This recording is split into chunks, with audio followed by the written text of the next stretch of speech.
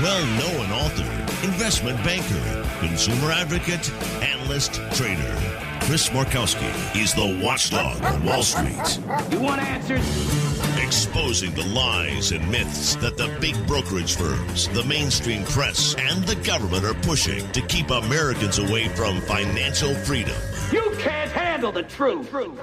Bringing America the truth about what really happens in the financial world. Ladies and gentlemen, we're not here to indulge in fantasy, but in political and economic reality. This is the Watchdog on Wall Street. All righty. It was a bit of a frustrating week for your watchdog on Wall Street. It's part of what I do. Do I love my job? Yes. I do like what I do. I love what I do, quite frankly. But there are parts of what things like it's a little bit on the frustrating side. Let's just leave it at that. Many moons ago, I wrote a column comparing my plight to Sisyphus. Sisyphus, the king of Corinth that tricked Hades, got out of the underworld twice, not once, but twice, managed to weasel his way out, eventually gets sent down there, and Hades is so ticked off, he's like, all right, listen, bub, all right, this is what you're going to do. See that rock? You're gonna push that rock to the top of that hill. Well, okay. Except when you get to the top, the rock is going to roll right back down on top of you to the bottom, and you're going to have to do that for eternity. The plight of Sisyphus is similar to the plight that I have at the Watchdog on Wall Street show and Markowski Investments. Scam after scam after scam after ripoff after scam. They all bloody look damn close to one another. I've been warning people about these things for a couple decades now, and then some, even longer, before the radio show. And my message often goes on deaf ears. Ponzi schemes right now. We're being told Ponzi schemes have hit their highest level in a decade. Highest level in a decade.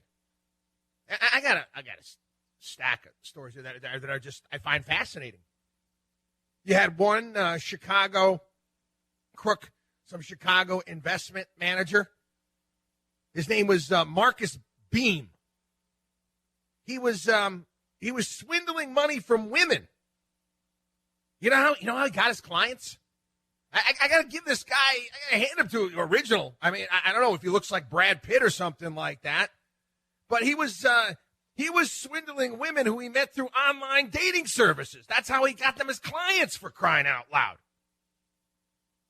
Got another one here where you had this in Wisconsin, where you had this investment advisor telling his clients, oh, okay, listen, I've got this really, really great investment. Except, only way you can purchase it, you don't do it through your account. You're going to write a check to me personally. Never, ever, ever, ever, ever write a check to your broker, to your advisor. Are you out of your mind for an investment? Guys, how many times have I gone over this here on the program? Here's one where is an example of we losing here. My Sisyphean battle. Pushing a rock up, rolling back down on me. We warned a lot of people about this guy. This Hal Brown, Asheville, North Carolina. Yeah, he more than $22 million he got from victims. It was a company that he called Oodles. He had them investing in a company called Oodles. And he told all of these people, he said, hey, I got this, we own all of this intellectual property and television shows and movies and stuff. and we're going to sell them to somebody else. So you're going to give me the money first, and then you're going to get money later on. Right. Lots more here. Another hedge fund blow up, $20 million. One out of California. $300 million Ponzi scheme. This guy is such a dirtbag. He went after people who had pensions and told them that to send them their pension check. This is military personnel as well. And he was going to show them a much higher level of return. I'm not kidding. He was telling people that their rate of return would exceed 100%. I lose again and again and again because we try. We try really, really hard to get people in the know, to understand the types of individuals that are out there and what they're up to. We try. I've been doing this for a long time.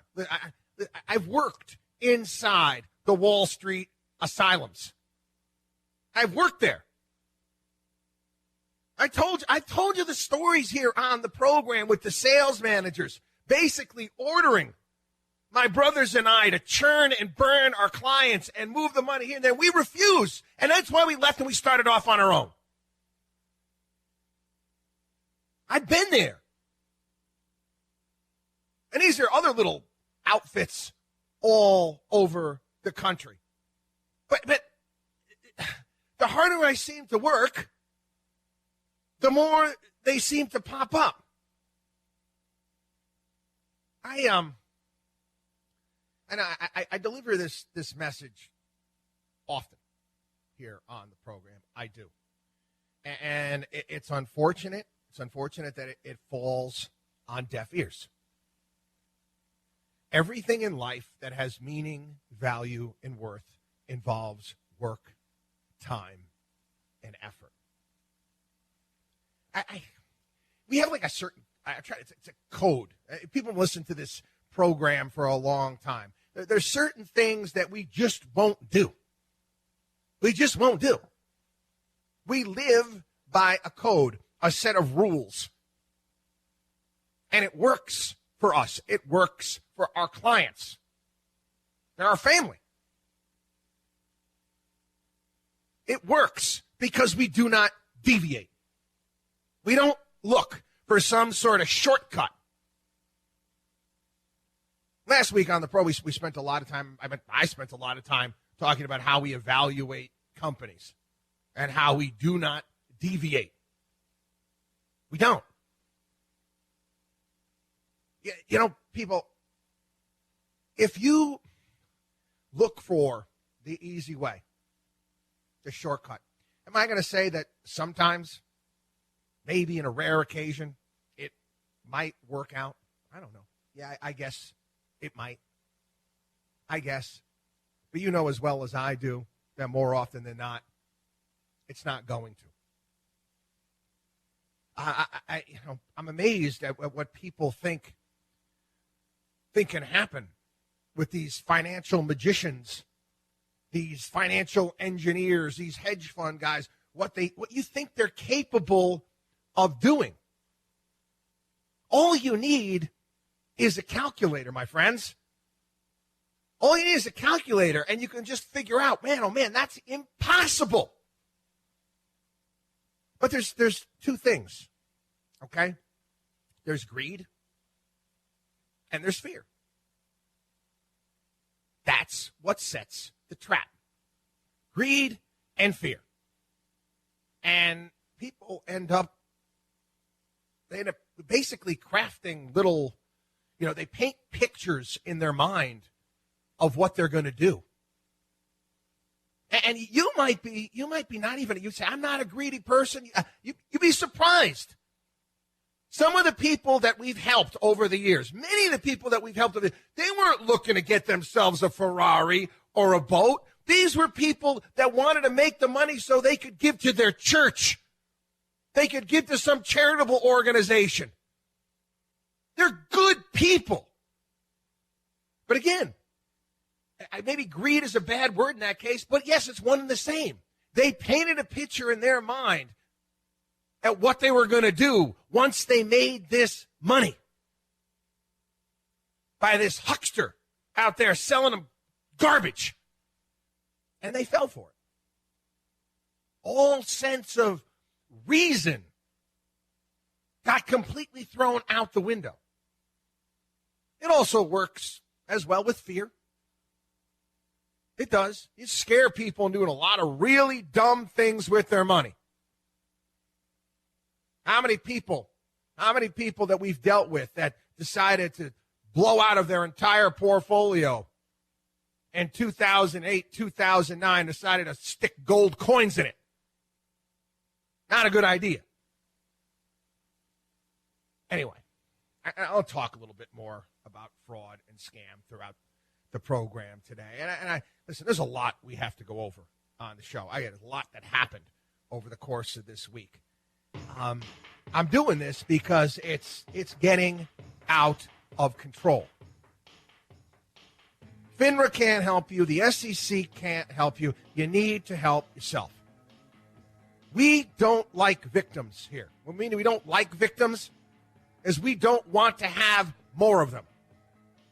This show, our website, Markowski Investments, is a tool to help you to avoid all of those crooks. Just pay attention. WatchdogOnWallStreet.com, WatchdogOnWallStreet.com, our newsletter, consultations with our certified financial planners, all sorts of great stuff. WatchdogOnWallStreet.com. We'll be back.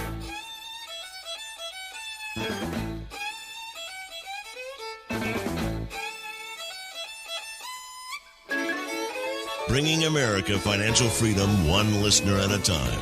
You're listening to the Watchdog on Wall Street with Chris Markowski. I think I might have mentioned it last week on the program, but we're starting to see now. We're starting to see crooked investment advisors soliciting investments based upon the coronavirus with these companies that they say have cures and treatments and all sorts of stuff, and you better get in now. You believe that? I hope not. I hope not, because, again, well, hey, listen, they're using the fear factor in this one, and the fear factor, oh, look at how much money you can make, and they put together pitches where they tell you how many people in China are going to have to get the virus, and they start playing with numbers, and sooner rather than later, you think that you're going to be, for crying out loud, Jeff Bezos in a couple months if you invest in this stock. And they put it out, and they explain it as such. Another one, too, I want to remind people of. And this is something that's becoming more evolved, is the account statements, fake account statements, fake brochures. People, it's not a difficult thing to do to falsify documents. It's not. You pick up a computer, you got Microsoft Office or whatever type of software you got. It's not a difficult thing to do. What was that movie that won Best Picture? Parasite. Seeing a movie where the grifters there, the crooks, they go to a little internet cafe and they're making up all of their college documents to make it seem that they were somebody that they're not. It's not hard. It's not hard. But that's why we're here. It doesn't take us long. We're here to help you. You go to the front of the line. Yeah, our podcast is growing like crazy. Radio shows on 250 stations. If you're asking me a question about whether something is a fugazi, a fake, a fraud, guess what? You go first. You go to the front of the line. We're helping you first because it's time sensitive. Don't be afraid. Don't. I know I come off pretty rough and tumble and gruff here on the show. People, I hate it. I hate it when I didn't get to people on time. And then I've got to deal with the fact that someone's portfolio is all of a sudden down 50 to 75%, whatever it may be, because they got taken. Don't get to that point. Anyway, speaking of the coronavirus. Yes, talked about it past several weeks here on the show. Yes, it still concerns us. Of course it does. We're paying very close attention to what's going on. I don't trust the media. I do not trust the news. I don't trust it in our country. Do you think that I'm going to trust the information that's coming out from China? You have got to be kidding me. The WHO, the World Health Organization, said that the situation could be a very grave threat to the rest of the world. Now, granted, I've mentioned this, talked about this. The United States, we do a much better job handling things like this than China is going to. But let me explain to you how we're looking at this and how narratives are built. I don't know if you ever saw Ken Burns' documentary. Did a real good job on the Vietnam War and how he talked about the United States was all consumed with body counts. All consumed. Walter Cronkite would go on the news, and Walter Cronkite would give you the casualty count every day, right? How many Americans were killed, how many South Vietnamese friendlies were killed, and then he would give the NV count, North Vietnamese, how many were killed. And this is how our government, along with the media, sold us, continue to sell the American public that we were winning the Vietnam War. That's what they did. And, it was stupid. Countless American lives were killed. Countless people were killed. Oh, let's go take that hill over there. And we'd go take the hill. Hundreds would get killed. And then we'd retreat. And then the NVs would take it back a little bit later. It was stupid. But that was the narrative that the United States government was pushing. Anybody take a look at these numbers that the Chinese are putting out? Look, I don't know. Something's rotten, okay? Something is just not right because they too are concerned with the body count. How many people have been infected? How many people have died? This is something that they have to control. They have to control for just and internally within the country.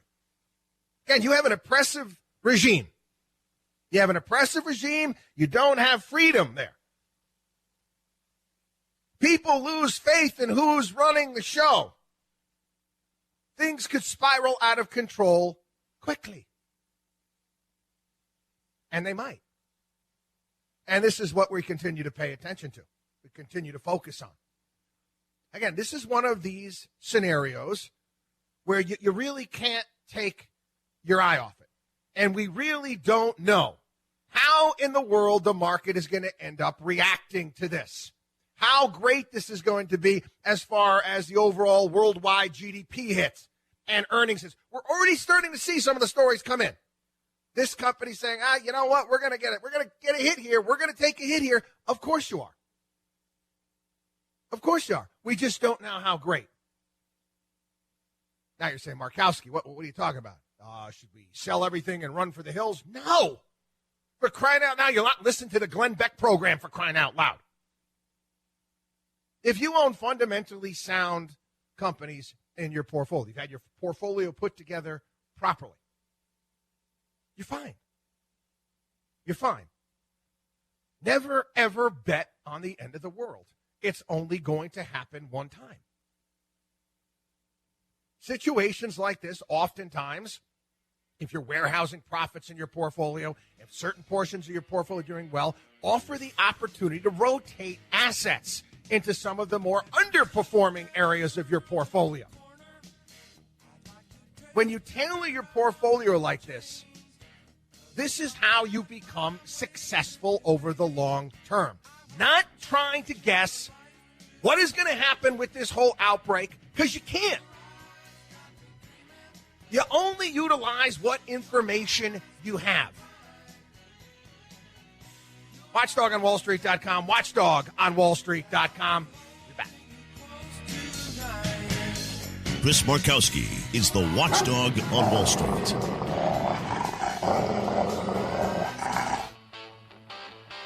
Taking Wall Street's liars, crooks, and cheats out behind the woodshed.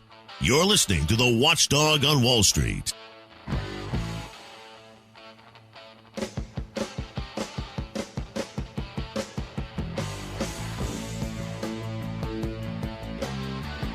Welcome back. Yeah, the questions. Whenever there is some sort of crisis situation out there, I get the questions flying in. Get various different editors and reporters from publications and radio shows, and people that listen to the program. People listen to the program. People listen to the podcast. Well, Mr. Markowski, what do you think? I mean, do you think gold? Do you think people should be moving their assets into gold because of the coronavirus, or because of this, or because of an alien invasion, or I don't know. Maybe we should buy some gold. All right. Gold, my friends. You use it as a hedge in your portfolio. It's can be a part of an intelligent, comprehensive financial plan. Gold is not an all or nothing proposition. It's not.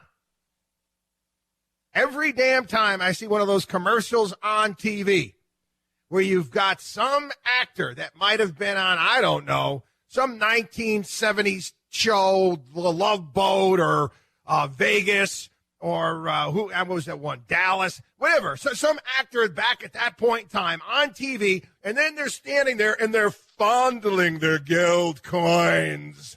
And they've got some sort of damn patriotic backdrop. Every single time I see that crap, I want to puke. These commercials target senior citizens. Senior citizens should be seeking out the best safe yields they can find. You know what gold does? You know what those gold coins do? They collect dust. They don't have any yield. And all of you, it's the end of the world as we know it types. Yeah, there's a lot of those end of the world true believers out there. Why? Why are you betting on the end of the world? It's going to only happen one time, right? And again, how many of my listeners out there, how many people out there have seen Mad Max, The Walking Dead? Anybody on those programs have any need for gold? Nah, I didn't think so. Anyway, grab this story on Thursday, and we're going to see more of this. McClatchy newspapers, they're filing for bankruptcy protection. They were dumb, and the bankers convinced the people, well, you know what you got to do? You got to go out and you got to buy that Knight Ridder, which they did in 2006. And again, we laughed about it at that point in time. Boy, look at how dumb these people are. Boy, look at how crafty these Wall Street M&A guys are, convincing them to buy something like this. Oh, you didn't see the whole advertising business going down the toilet? Anyway, one of the reasons why McClatchy is going to file for bankruptcy, they've got funding, is they need to wipe out their pension. Basically it. They can't afford to make payments to the pension anymore. Their pension is underfunded. They're going to throw that onto the taxpayers, the Pension Guarantee Corporation. And guess what? People who work for McClatchy, who are getting a pension, you're going to get a haircut. You're going to get a haircut. For years and years, I've been warning people who have pensions that you're going to get a haircut. Not all, but many. The numbers just don't add up. If you need help evaluating your pension, the solvency of your pension, what you're doing, give us a call. We'll help you with that. But more importantly, people, I mean, it's great. Your company offers a pension. You're going to get that put away. Fantastic. That doesn't eliminate your responsibility to put money away on your own. Self-reliance is a part of, it's part of the ethos here in America. Get with the program. WatchDogOnWallStreet.com, WatchDogOnWallStreet.com. We'll be back. This is the Watchdog on Wall Street.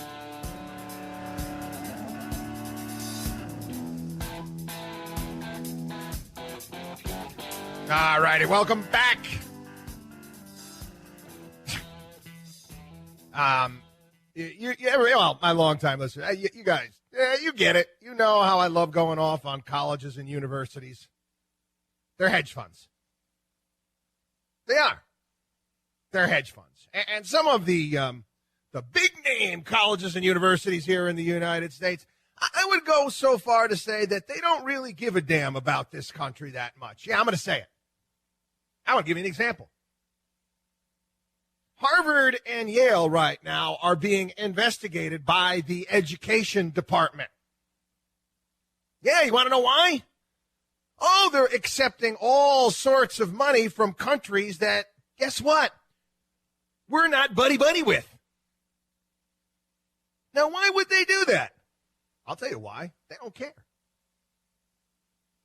They don't care. Oh, I know they might have an American flag flying on campus, but do you actually think they give a darn about the country? I've said the same thing about the big Wall Street firms. You go walking downtown New York, there's a lot of American flags flying in front of some of these big brokerage firms. They don't care about America. They might as well fly their own bloody flag with a dollar sign, a euro, whatever the hell else you want to put on it. They don't care. They don't care what happens to this country.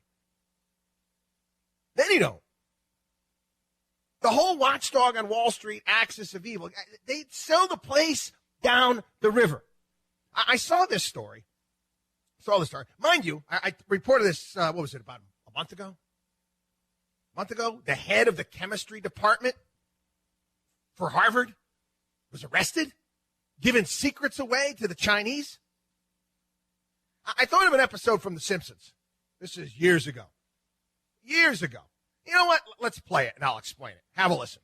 We're just about to get our first pictures from inside the spacecraft with average not Homer Simpson. And we'd like to... Ladies and gentlemen, we've just lost the picture, but what we've seen speaks for itself.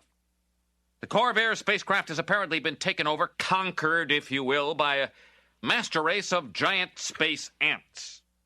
It's difficult to tell from this vantage point whether they will consume the captive Earthmen or merely enslave them. One thing is for certain, there is no stopping them. The ants will soon be here. And I, for one, welcome our new insect overlords. I'd like to remind them that as a trusted TV personality, I can be helpful in rounding up others to toil in their underground sugar caves. Don't worry, kid. Yep, there you go.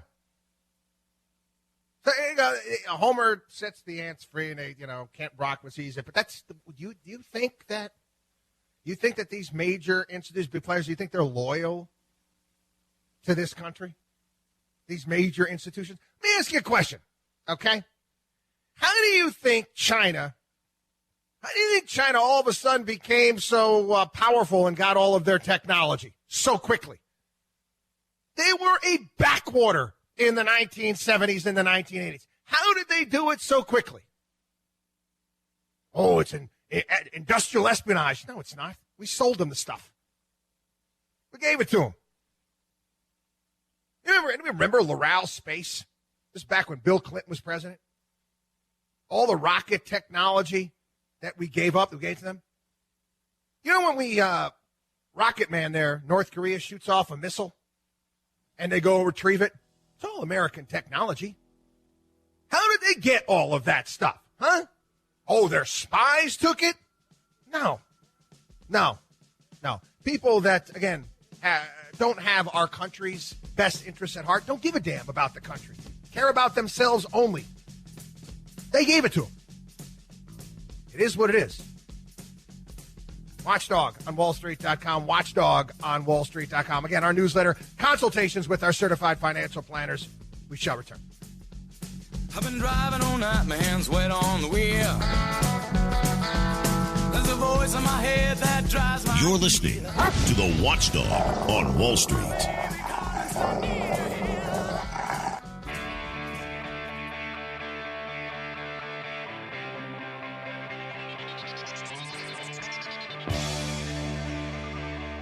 The only man who is taking on the Wall Street establishment. You're listening to the Watchdog on Wall Street with Chris Markowski. Welcome back. I've talked about this before on the program, and you should see the hate messages that I get from the true believers out there. They're nutty. It's like a religion. There's no doubt about it. I'm talking cryptocurrencies. Da, da, da, da, da, da, da. Last year, they said about $4 billion in cryptocurrency scams. Cryptocurrency scams out there. And I look at some of these things, and people give their hard-earned dollars to some guy that promises them the sun, the moon, the stars, because he's got some sort of crypto algorithm. If they're saying it's $4 billion, that's what they found, it's much, much worse. Because oftentimes what happens when people get taken by one of these scams or frauds is that they're so damn embarrassed that they fell for it, they don't want to let anybody know. Here's one here. There's this one Wall Street guy here, this Michael Ackerman, took doctors, targeted doctors, $35 million. $35 million. Dumb doctor deals. Doctors fall for, it's extraordinary. It's amazing to me. Amazing to me. They spend all of this time, I get angry. And they fall for this stuff. Please, people, okay? You really believe in fake money? I mean, you really even understand? Can you even explain it? Can you even explain exactly what it is? I remember it was a couple years ago here on the program, this thing was kicking off. I said, it wouldn't take me long. I could come up with my own Watchdog coin. I could. Oh, we're going to have a new coin IPO. Oh, come on. It's a storage of value. Storage of what value? What? What is it? It's like anything else. It's creating nothing. Creating nothing, but telling everybody and promoting that nothing as actually something. And getting somebody to actually give you money for it. Now, I've explained this before in regards to my baseball cards. And my baseball card collection from when I was a kid. And if I was to pull out, I don't know, let me pick a player off the top of my head, good 1970s, 1980s player. You know what? Robin Yount. Now, you know what? George Brett. And I just say I got a George Brett rookie card. And the booklet says that the George Brett rookie card is worth, I don't know, I'm just throwing it out there, $300. I don't know what it's worth. I haven't checked in years. $300. I cannot take the George Brett rookie card to the grocery store, to the Best Buy, to the Walmart, to the Target, to Nordstrom's to buy stuff with it. I first have to exchange that George Brett rookie card with somebody willing to give me $300. It's all, it's what somebody's willing to pay for it, people. That's all. You want to try guessing where this thing is going to go? Come on, please. Complete. And, J.P. Morgan and these other big firms are getting into it now. They will get into anything at all where they can make money. Look at J.P. Morgan. Look at these brokerage firms that are involved in crypto. Look at them as bookies. You understand? They're taking a vig. They're sure they'll trade it. They would trade cockroach futures if there was money in it. Anyway, another see I told you so here. High-speed trading. High-speed trading costs investors nearly $5 billion a year. I like how this study comes out now, January of, this is late January, the story came out. $5 billion a year. January 2020. We told you back in 2010 that this was going to happen. Right when all this stuff really started to kick into gear. Really, so we said, you know what? All this is a skimming scheme where these ultra-high fast trading firms are going to take a penny here, a nickel here. It's the same racket. And they do this in movies. They do it in movies. How many movies are based upon this? There was what? Well, there's Office Space. We were taking parts of transactions. There's Swordfish. That was that movie with Hugh Jackman and John Travolta. Superman 3, I think, had a similar type of a story. They just put the plan into action. And nobody does a damn thing about it. Saw this story, and again, I got a kick out of it. You want to talk about a scam. $1 billion. $1 billion scam out in California. Yep. You know what it is? Solar. Yep. Another solar company out there and out in California. Again, California, they're smart. They set up shop there, and they pitch their company how wonderful and how great it is for these solar generators made by this company, DC Solar, and you can get involved. And you're going to help the environment. And out there, my God, you get them all excited. Okay, it's like liberal porn. That's liberal porn out there. Piece of kids like shooting fish in a barrel for these crooks. You start talking about saving the environment. Man, they should have thrown in a rescue dog element as well. They would have even done better. They rip people off to the tune of $1 billion for a company that did nothing. Nothing. If it was legal, I'm saying if I were to pull off a fake scam, never take any money, but pull off a fake scam, it would take me maybe a day to put it together and start marketing out to people just to see who would be interested in it. Now, I could never do that. I would get in trouble. It'd be a piece of cake. People don't start thinking clearly with their money. They start utilizing emotion. Oh, my God, I'm going to make all this money and I'm going to save the environment. Come on, people. Wake up. WatchDogOnWallStreet.com. WatchDogOnWallStreet.com. We'll be back. Chris Markowski is the watchdog on Wall Street.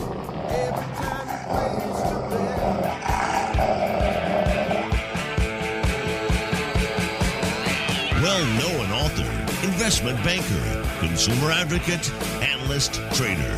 Chris Markowski is the watchdog on Wall Street. You want answers?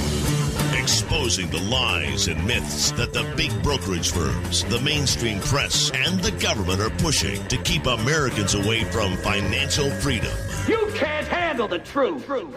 Bringing America the truth about what really happens in the financial world. Ladies and gentlemen, we're not here to indulge in fantasy, but in political and economic reality. This is the Watchdog on Wall Street. All righty. So, I get phone calls. I'll get messages, emails, you name it, coming in. People will They'll see me on television or they'll hear me on some radio show somewhere, and they yell at me. Why didn't you let us know? Why didn't you tell us? Why didn't you put it up on your website? Listen, I don't know oftentimes when I'm going to be on these programs until the last minute. I told you last week on the program, I went into New York because I had to do some appearances. I got all the way back home, and then I had to go back into New York again later on. You don't know. When it comes to radio as well, I'll get a phone call. Hey, Chris, can you come on to talk about this in a little while? Sure. Maybe, you know what? Maybe I'll put together an app or something like that for the program and the podcast and all sorts of stuff, and then I could send push notifications, I think, through that. But I got so much stuff going on, especially with all these scams and stuff we're dealing with. It's been, I'll try to keep up with that. I'll put that on my list of things to do. So, no, people, maybe I can put it out in social media every day. But then again, I constantly got to go back all the time. Who knows? Anyway, made a bunch of appearances this past week to discuss President Trump's budget that came out on Monday. Again, I'm going to be honest with everybody here. It's not going to get passed. No way. Well, unless the Republicans can take over the House and add some more to the Senate. I mean, a lot more to the Senate. And even if that's the case, I don't even know if any of the Republicans have the stomach for cutting anything. To me, this is I get asked to cover this and come on these programs, and I get a little bit hot and bothered about the topic because we're perpetually lied to by both parties. If there's a Republican in the White House, the Democrats are yelling and screaming about spending. Well, they're more yelling and screaming about where the money is going. Barack Obama is in the White House. Republicans are jumping up and down about all the spending. Remember John Boehner and going to shut the government down. And then we had the Simpsons Bowles committee that was supposed to look into it. We didn't pay attention to anything that they said. We had sequestration. It was all garbage. I wrote a column years ago talking about government and how government just grows and grows and grows. It's like the Blob. The Blob. It's Steve McQueen's Blob. Steve McQueen's Blob was bloated by the blood of its victims. Our government just is bloated by our tax dollars and debt. Record amounts of money, tax dollars, have come in again. We consistently are breaking records when it comes to revenue. Yet we still cannot live within our means. Now, it's the knee-jerk reaction from anybody out there on the left when it comes to the budget. What do they do? Oh, my God! Oh, they're going to make cuts to these programs, and the humanity, the women and the children, they're all going to be hurt. People are going to be starving in the street. Remember, people are going to be diving and starving in the street. What was the one from way back when about, oh, my God, grandma's going to have to be eating cat food? I forget which Democrat said that. This was years ago. And I'm saying to myself, you're going to let your grandmother eat cat food? What kind of human being are you? What's wrong with you? Anyway, so some of the cuts that were proposed had to do with, in my opinion, good stuff. Let's get people, let's get people off their couch. Let's put them into the workforce. How about that novel concept? And the things, the requirements that the social programs have, they're not even that stringent for crying out. They really aren't. Okay? If you have any dependence at all, if you have any sort of disability, who knows? As far as disability is concerned, if you have a tough time sleeping at night, you can call that a disability nowadays. You can keep getting your food stamps and your welfare. They're basically saying able-bodied people with no dependents. You've got to go and you've got to get up and you've got to try to get a job. You got to try to get a job. You got to show that you're trying to get a job, or you got to go into a work training program. And somehow that's bad.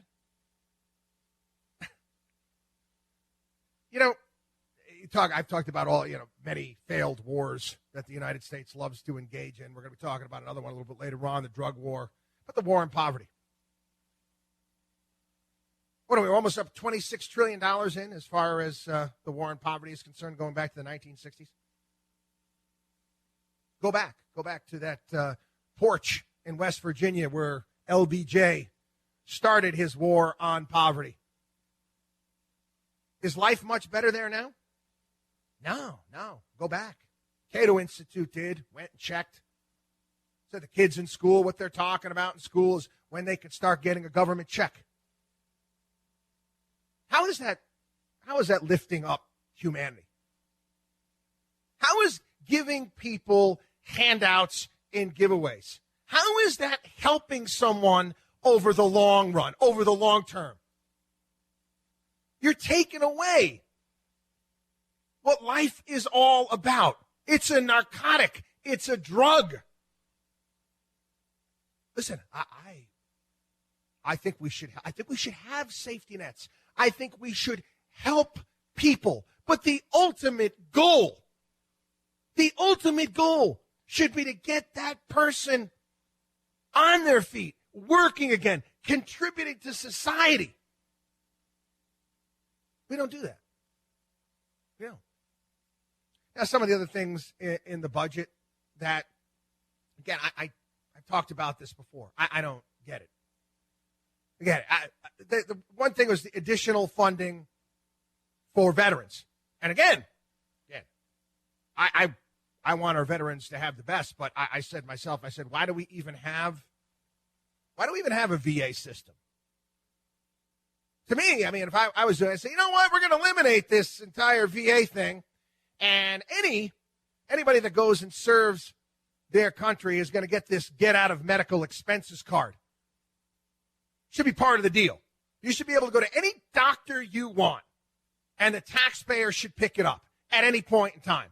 Then you take all these VA hospitals, you can turn them into research institutions and dealing with prosthetics and helping with some of the ailments because of all of our wars that our veterans come back with. Don't need it. Don't need it. Streamline the entire thing. But again, you take a look at the budget and the assumptions that are made, and you always get that line item in there talking about, we're gonna deal with this program. We're gonna eliminate waste and fraud. How all of a sudden are you going to have some individual that's in charge of eliminating waste and fraud? Because again, it was a solution that we came up with here on the program. Every government program, first and foremost, needs to have an expiration date. Needs to have an expiration date because they live on forever. They're omnipotent. Government programs are omnipotent. They don't die. Not only do they not die, every single year they have a spending increase packed in.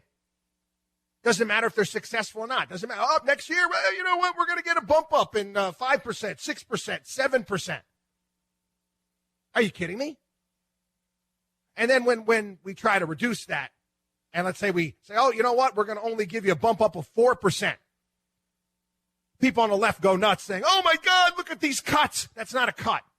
You're just reducing the increase that program is going to get. The only way you're going to handle this is you have to get rid of these programs.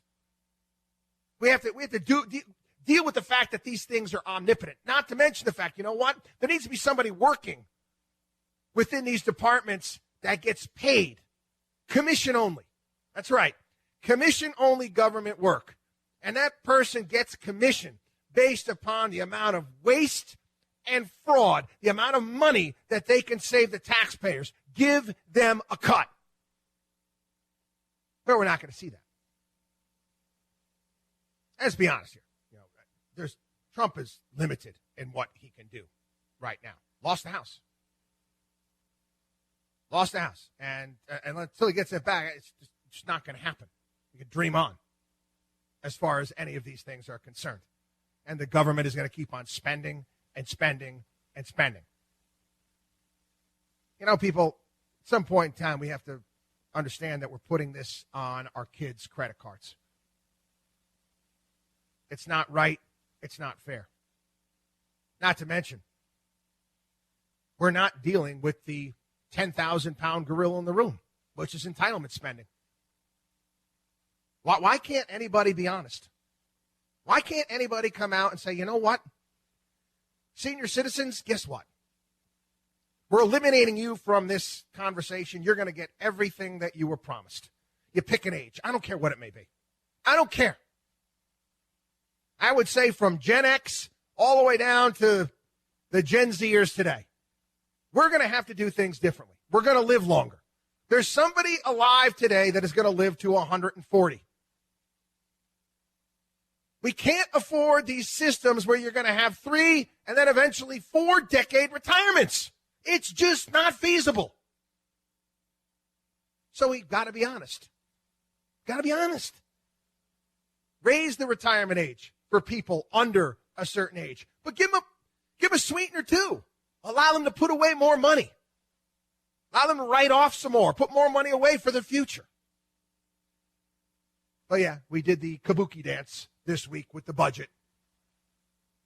And nothing is going to change. WatchdogOnWallStreet.com. WatchdogOnWallStreet.com. Don't go anywhere, but if you do, get to our website there, WatchdogOnWallStreet.com. Newsletter, consultations with our certified financial planners, all sorts of great stuff. WatchdogOnWallStreet.com. We'll be back.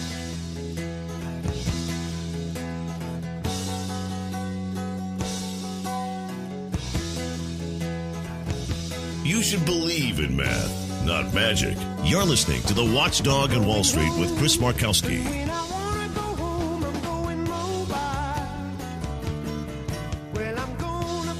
Welcome back. I mentioned the war on poverty. Well, why not quickly touch on the story here I wanted to get to in regards to another big expenditure. War on drugs. And I saw this story, and I was thinking of Gustavo and Poros Hermanos from Breaking Bad. The U.S. Border Patrol and drug agencies, their seizures of meth and fentanyl are going to break records. Break records. I looked at these numbers, and I was like, wow, that's a lot of drugs. In fiscal year 2014, 45,000 pounds of cocaine were seized. In fiscal year 2019, 89,000 pounds of cocaine were seized.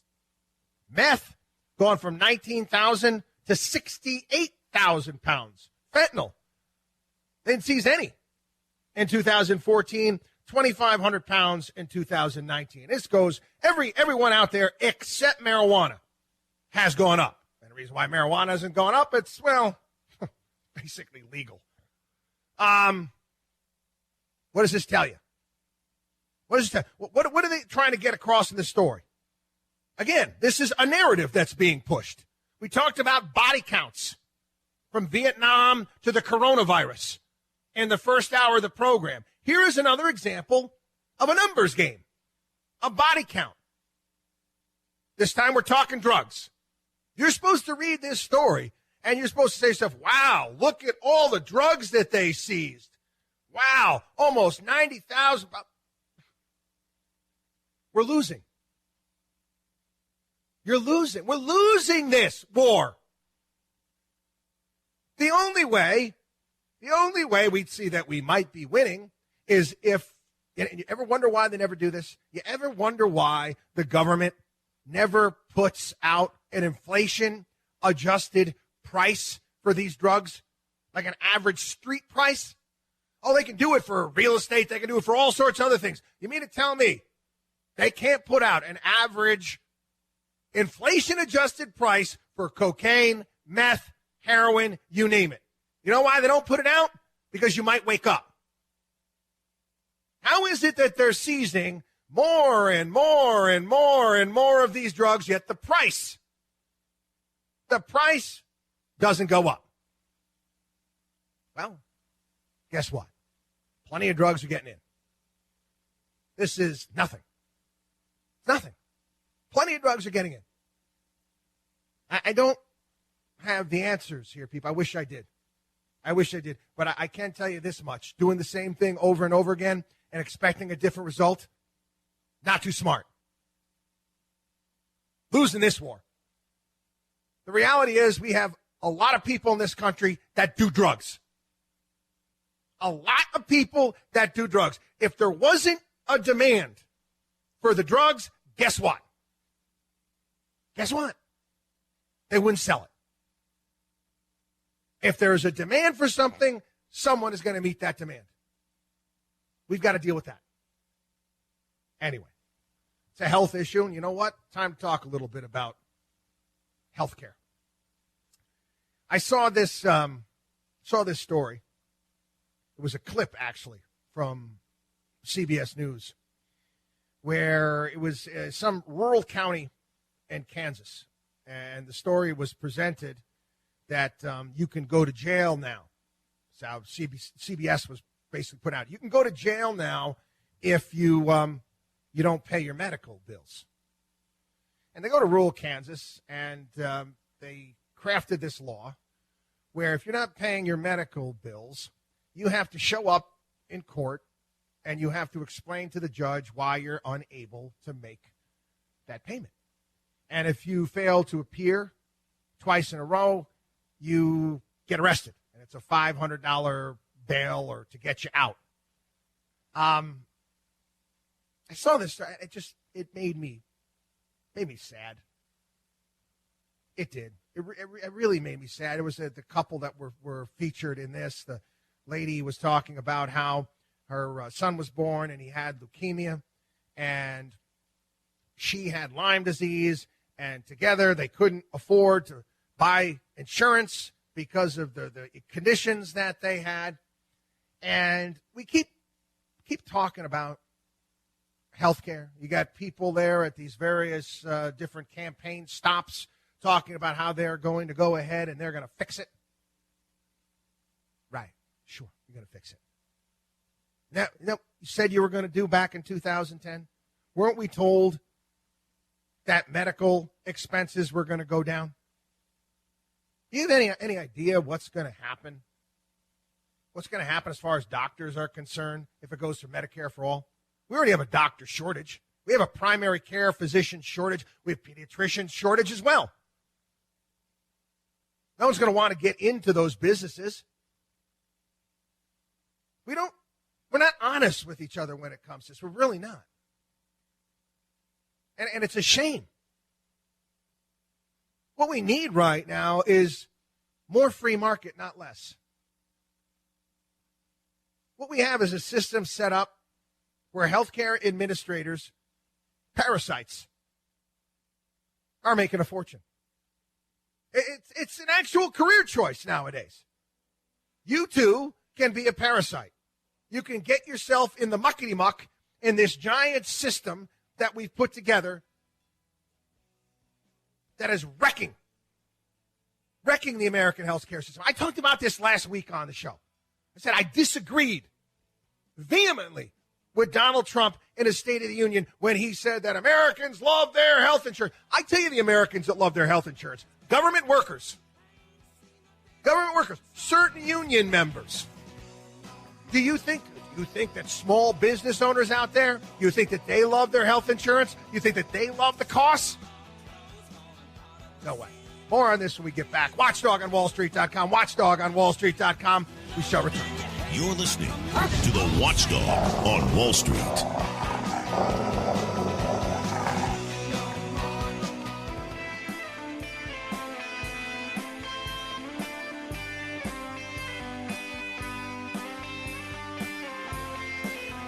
Bringing America financial freedom one listener at a time. You're listening to the Watchdog on Wall Street with Chris Markowski.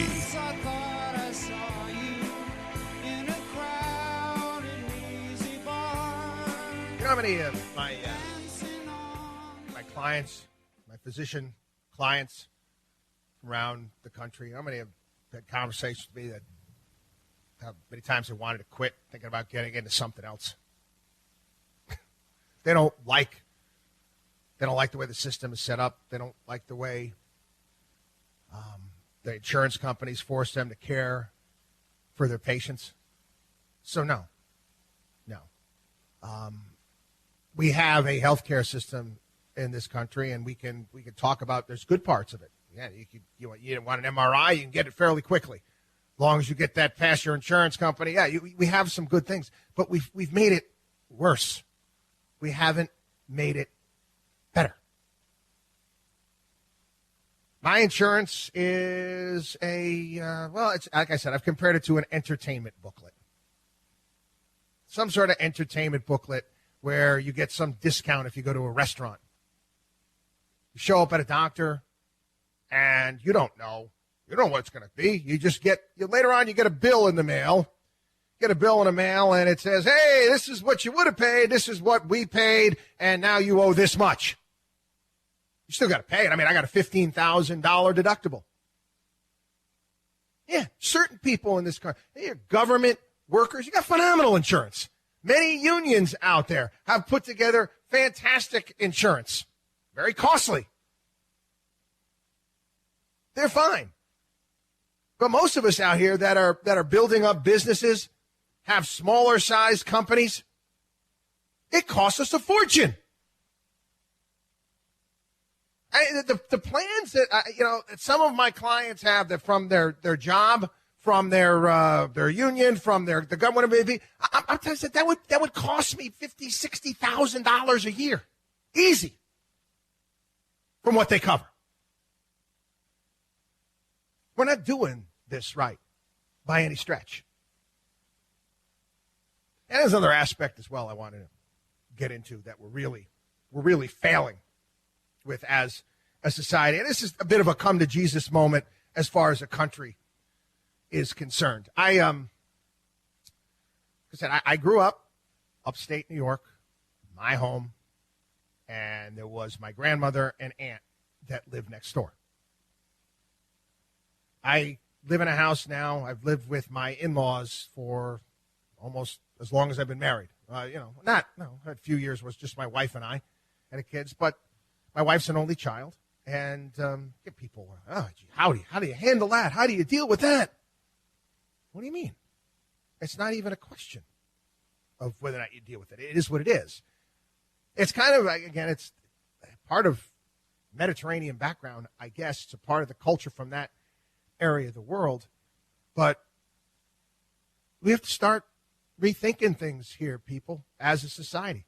We have to start taking care of mom and dad and grandma and grandpa. Again, why do you think I'm constantly here on the program pushing for people to stay in shape and to take care of themselves? Because you want to be more viable. You're going to be living all these years. And let's be honest, what's the point in being alive if you can't function? There's no point in it, right? Not in my opinion, quite frankly. But these are things that we're going to have to start working on. Like I said, there's a lot of talk about Bernie Sanders and his socialism. I'm going to say here on the program, I believe in socialism. In the house. In the house. In my home. Yeah, we're socialists here in the Markowski household. Everything else, no. It's something that everyone is going to have to really start adjusting to. We've talked about here on the program, long-term care insurance, something that we've been providing for people all over the country for a long time. Certain people can get it, other people cannot.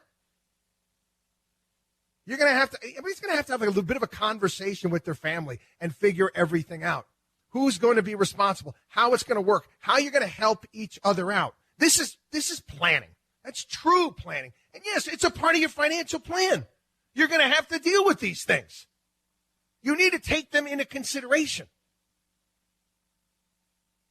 Watchdog on WallStreet.com. Watchdog on WallStreet.com. Get our newsletter, consultations with our certified financial planners. Don't go anywhere.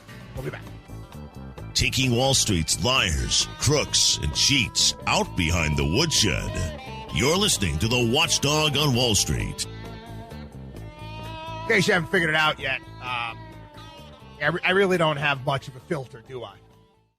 I'm going to tell you exactly what I believe, exactly what I think. I am. We don't sugarcoat things here on the program. No Mary Poppins, no spoonful of sugar to make the medicine go down. It's not how we operate. You want to go live in denial? It's fine. This is a conversation between you and I. And I've always believed, and I always told this to my kids again. They're teenagers. Issues with friends. I say, your real friends are the ones that are going to tell you the truth, that are going to be honest with you, no matter what. And that's the same type of relationship that I like to have with you, that I like to have with our clients from all over the country. And yeah, sometimes it becomes an uncomfortable conversation. I don't try to avoid uncomfortable topics, uncomfortable conversation if it is important. And dealing with your mom, your dad, your grandpa, it's important. And yes, it's a part of your financial plan. I saw this story this past week about this couple. It was actually in the Wall Street Journal down in Florida that they fell through the cracks. It was an older couple. They obviously had some mental issues, and they had accumulated all of these fines from the county because they couldn't take care of their property. Their place was a mess. They were confused. They ended up finding them sleeping in their car out front.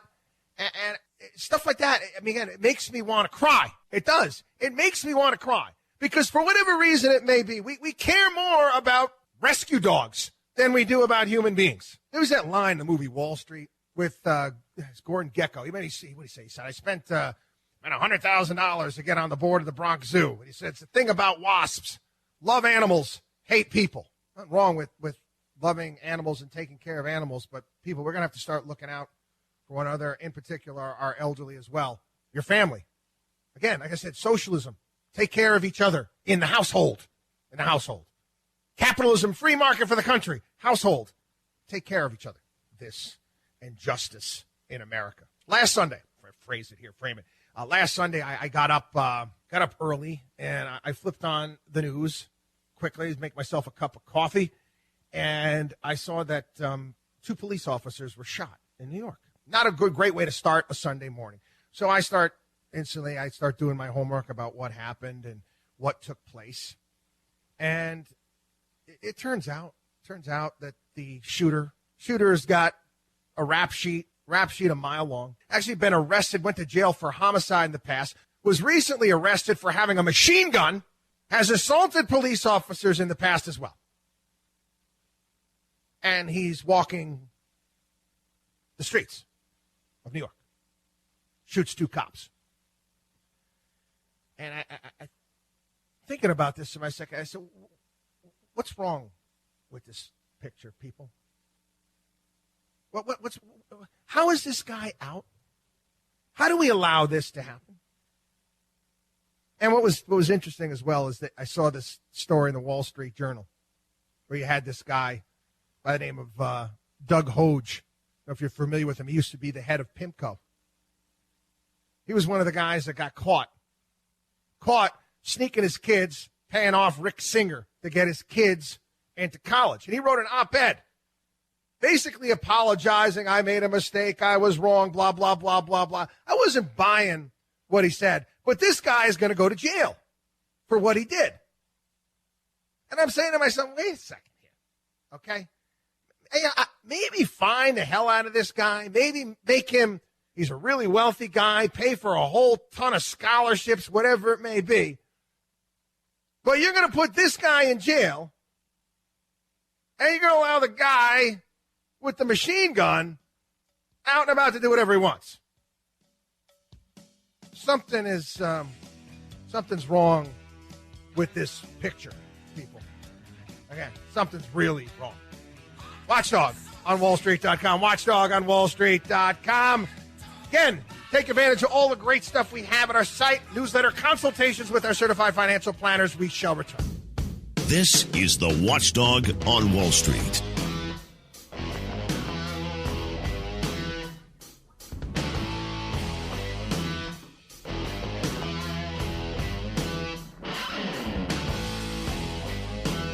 Welcome back.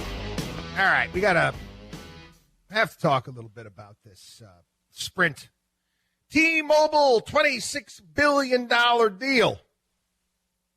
Okay. Listen. There are certain industries out there that are different from others. Telecommunication happens to be one of those industries. You can get other things, for how energy is delivered to your house, water. It is a bit of a utility, wouldn't you say so? In today's day and age, I think more than ever is a serious utility. But we don't treat them as utilities. But we can't have 150 different companies providing telephone service. It's just not going to work. The infrastructure costs, it would be so much, they could never do it. They couldn't afford to do it. It wouldn't be possible. So there was some pushback in regards to this T-Mobile Sprint deal, and it didn't bother me at all because I know what they're trying to do. They're trying to roll out 5G. Now, again, we still have more than one company that's going to be providing this. I get that. I understand that. They're making them divest of some of their pay-for services, like Virgin Mobile, and there was a couple others as well. The 5G, and everybody's talking about this, talked about Huawei and Huawei's involvement, and our government now wants to push Dell and Microsoft and others to work together to put together a better product than what the Chinese are putting out, and I agree with that too. This technology is going to be, you're not going to notice it on your phone. Talking about 5G phones coming out next year, you're not going to know the difference when you're watching Netflix on your phone. You really aren't. It's going to be for other types of applications, which are autonomous cars, for example. It's going to also help deliver high-speed internet to areas in the country that don't have it right now. And it's going to take some time. But no, I don't have any problems with this deal. It's different. It's different than other types of deals. And no, the big concern out there, they're talking about, people's phone bills are going to go up. People's cell phone bills are going to be up. How many people's cell phone bills or phone bills have gone up over the past 30 years? Mine's done nothing but go down. Now, we have a big business account for Markowski Investments. I don't even know how many lines we have on there. But every single time I go, and I have to go now anyway. My phone cracked and falling apart in the back. See if I can get an upgrade. Must have an upgrade available somewhere. Every single time I go there, and it's once every couple of years usually, they're like, hey, you know what? You're paying too much. And they lower what I'm paying. How many people, I remember what was your first cell phone? I can't remember the brand that I had. My first one was at Motorola, I think it's called Razr, might have been. I don't know. I remember having that phone. I was back in the 1990s. And I remember my phone bill, my cell phone bill every single month was what? $250, $300? It was expensive. I mean, I used it for work, but it was expensive. I don't know what I pay now. Unlimited internet, unlimited calling. Was it $40? $40 a month? No. Okay, don't worry about that nonsense out there about the less competition and the cell phone prices are going to go up. That's just not going to happen. Under Armour. Under Armour is already talking about the coronavirus and how it's going to hurt the company. Sales not going to be that great in China. And listen, you're going to see more and more and more of this, people, just so you know. Certain companies, certain companies are going to say, for example, some of the luxury retailers out there that do a brisk business in China. Let's not forget they lost their whole New Year's celebration, which is their Christmas, they're going to be hit. But Under Armour's got bigger problems. They've got bigger problems. Let's not blame your numbers on the coronavirus. Let's blame your numbers on the fact that you've been putting out crappy product. It is what it is. Anyway, well, you know what? Let's briefly talk about some of these other. There's a couple stories as well out there, and similar things that we've talked about in regards to companies being overvalued. Airbnb lost money. They want to go public this year, Airbnb, and they swung to a loss. And I'm trying to make sense out of the numbers. And again, it's a private company, so they don't get that much. But they did put out that they had a $322 million net loss. Huh. And I start scratching my head, and I start thinking about it, and I'm saying to myself, well, wait, what does Airbnb actually do? Again, I'll give the analogy. They're basically a bookie. They're a middleman. They are a middleman for people that want to rent out their house, rent out a room, rent out an apartment, rent out a condo, whatever the hell it may be. They're a middleman. So they facilitate the transaction, and they take a vig. How? How do you lose money? How? What are you spending all that money on? Where does the money go? How are you showing such huge losses as a middleman? And I thought about it. I think I might have mentioned it on the podcast this past week. I had guys in my fraternity house. I'm not a gambler, not my thing. But I remember there was guys in my fraternity house that were bookies. They were. Anyway, big-time stuff. It was stuff in and around campus back when I was in school. But they managed to make money as a bookie. And these big companies haven't been able to figure out how to do it. Okay. Watchdog on WallStreet.com, Watchdog on WallStreet.com. Newsletter, consultations with our certified financial planners. All sorts of great things there at the website. Take advantage. Watchdog on WallStreet.com. We'll be back.